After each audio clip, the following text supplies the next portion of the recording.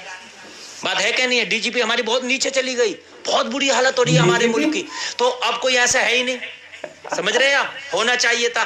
اب ہے کیا بنایا وت منتری, تو اس کو خزانے پہ دھیان دینا چاہیے, تو وہ بھاشڑ کیا دے رہا ہندو مسلم کے. بتائیے مجھے مندر کہاں بنے گا, مسجد کہاں بنے گی؟ یار جس کا جو کام ہے وہ کرنا چاہیے نا بھائیو, ہاں جس کا جو کام ہے اس کو وہ کرنا چاہیے. اب بتائیے مجھے, افسوس کرنے کو برباد گلستہ ایک ہی الو کافی تھا, ہر شاخ پہ الو بیٹھا ہے انجام گلستہ کیا ہوگا. سمجھ رہے ہیں آپ؟ گرتی جا رہی ہے. یہ ایک بار اور بھی گری تھی, مگر اس وقت پردھان منتری ہوا کرتے تھے منموہن, وہ تھوڑا پڑھا لکھا آدمی تھا. اس آدمی نے تھوڑی سی اپنی سمجھداری سے کام کر کے وہ لے گیا تھا آدمی. ہاں اب بہرحال آگے سنیے. اس نے سوچا کہ اگر میرے ملک کی ڈی جی پی گرنے لگی تو یہ فرعون جو ہے بڑا تیز آدمی ہے یار, یہ کچھ بھی کر آئے گا مگر گرنے نہیں دے گا, اٹھائے رکھے گا. اس نے کہا بھائی اس کے بعد اس کو مارنا نہیں ہے, میرے بعد بادشاہ یہ بنے گا. اسے بادشاہ بنا دیا فرعون کو. یہ تخت پر بیٹھ گیا, اور جیسے ہی تخت پہ بیٹھا اس نے خدائی کا دعویٰ کر دیا. کیا کر دیا؟ خدائی کا دعویٰ کر دیا. اور خدائی کا دعویٰ کرنے کے بعد اب اپنے بات کو خدا کہلوانے لگا, اپنے آپ کو سجدے کروانے لگا. اب جو اسے خدا نہیں کہتا, جو اسے سجدہ نہیں کرتا, اس کا سر قلم کر دیا کرتا تھا. بڑا خطرناک. اب تو زندہ ہی نہیں چھوڑ لیتا میاں, اس نے تو ڈی جی پی کو زیادہ ہی اٹھا دی. سمجھ رہے ہیں؟ اب تو کسی کو زندہ ہی نہیں چھوڑ لیا.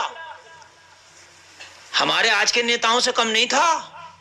ہمارے آج کے نیتا بھی زندہ چھوڑنے کا کہاں کام کر رہے ہیں مجھے بتاؤ؟ کہیں 50 مروا رہے ہیں, کہیں 100 مروا رہے ہیں. نیتا ہی تو مروا رہے ہیں. ہمارے آج کے نیتاؤں سے کم نہیں تھا کل کا فرعون. آج کے نیتا بھی ہمارے خوب مروا رہے ہیں, آبادی چھیدی کرو مروا کے, اور وہ بھی خوب مروا رہا تھا. سمجھ رہے ہیں آپ؟ توجہ کیجیے گا. وہ بھی تھوک کی تھوک مروا رہا تھا. آج کے نیتا بھی خوب تھوک کی تھوک مروا رہے ہیں. اب تو حال یہ ہو گیا جو خدا نہ مانے سر قلم. اے لوگوں, مگر ہر ظالم کے لیے ایک موسیٰ ہے, ہر فرعون کے لیے ایک موسیٰ ہے, ہر ظالم کے لیے پھر اللہ کی لاٹھی پڑتی ہے. توجہ کرنا, ہم ظلم تو کر لیں مگر ظلم کی ناؤ زیادہ دن نہیں چلتی, پھر لاٹھی پڑتی ہے رب کی. اللہ نے فرمایا اے فرعون تو میرے بندوں پہ ظلم کر لے مگر میری لاٹھی ایسی پڑے گی, ایسی پڑے گی تجھے ایک سانس کی بھی مہلت نہ دے گی. اللہ نے فرمایا فَالْيَوْمَ نُنَجِّيكَ بِبَدَنِكَ لِتَكُونَ لِمَنْ خَلْفَكَ آیَةً. ہم تجھے دریا میں غرق بھی کریں گے, اور غرق کرنے کے بعد تیرے بدن کو باقی رکھیں گے تاکہ آنے والوں کے لیے تو نشانی بن جائے. تیری باڈی کو باقی رکھیں گے. اے لوگو, جب اس نے زیادہ ظلم کیا تو اللہ نے دریائے نیل میں اسے غرق کر دیا. کائے میں غرق کر دیا؟ دریائے, توجہ کرنا, دریائے نیل میں اسے غرق کر دیا. غرق کرنے کے بعد اللہ نے اس کی لاش کو, دریائے نیل نے اس کی باڈی کو, اس کی لاش کو کنارے پہ پھینک دیا. ہزاروں سال ہو گئے. اے لوگوں, اس کی باڈی آج بھی ایسے ہی رکھی ہے, میوزیم میں رکھی ہے. مصر کے کسی میوزیم میں آج بھی اس کی باڈی رکھی ہے فرعون کی. آپ نیٹ پہ سرچ کر کے دیکھنا, بہت لمبا ہے, تقریباً میرے خیال سے 10 فٹ لمبا ہوگا وہ. ہاں توجہ کرنا. بس کچھ لوگ کو غلط فہمی ہے, اس کی باڈی کو نکال لیا گیا, اور اس کی باڈی کو نکالنے کے بعد میں جو ہے ایک تابوت میں رکھ دیا گیا ہے. کچھ لوگوں کا ماننا یہ ہے کہ اس کی باڈی کو چوہے چھوڑے جاتے ہیں, اس کی باڈی کا اس کا گوشت بڑھتا رہتا ہے, وہ چوہے کھاتے ہیں اس کی باڈی پر, چوہے کھا کے اس کے گوشت کو کم کر دیتے ہیں. لیکن یہ افواہ ہے, یہ فیک نیوز ہے, یہ غلط نیوز ہے. ایسا نہیں ہے. اس کا جسم نہ بڑھتا ہے نہ گھٹتا ہے, نہ اس کا گوشت بڑھتا, نہ چوہے چھوڑے جاتے. اس کو ایک تابوت میں بند کر دیا گیا, بند کر کے رکھ دیا گیا. اور یہ لوگوں, اللہ نے قرآن میں وعدہ کیا تھا تیری باڈی کو باقی رکھیں گے تاکہ آنے والوں کے لیے تو نشانی بن سکے.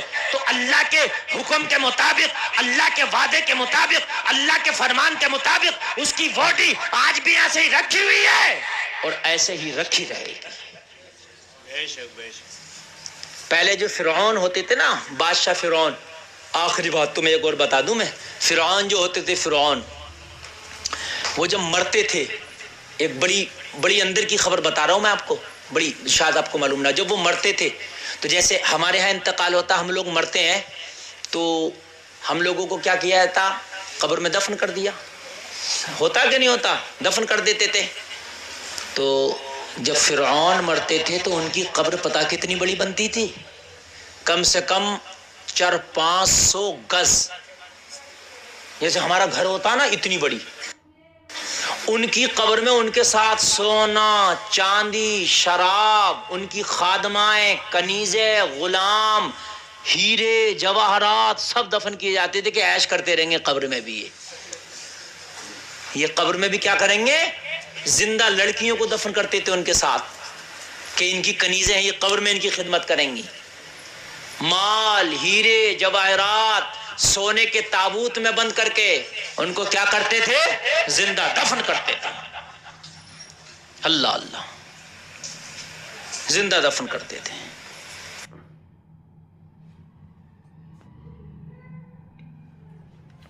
جی تو آپ نے مکمل ویڈیو دیکھ لی ہوگی، اور یہ کافی افواہ بھی ہے اڑی ہوئی کہ بھئی فرعون کی لاش پر چوہے چھوڑے جاتے ہیں. دراصل ایسا نہیں ہے، وہ ایک تابوت میں اس کی ممی بنا کر رکھا ہوا ہے اور اس پر کافی ریسرچز ہوتی رہتی ہیں. ابھی حال فی الحال میں اس کا جو چہرہ جو بچا ہوا اس کی ہڈی سے، اس کے جو نقش ہے، اس کا جو چہرہ ہے وہ بنایا گیا ہے باقاعدہ سے، اور اس کی ویڈیو آپ انٹرنیٹ پر دیکھ سکتے ہیں.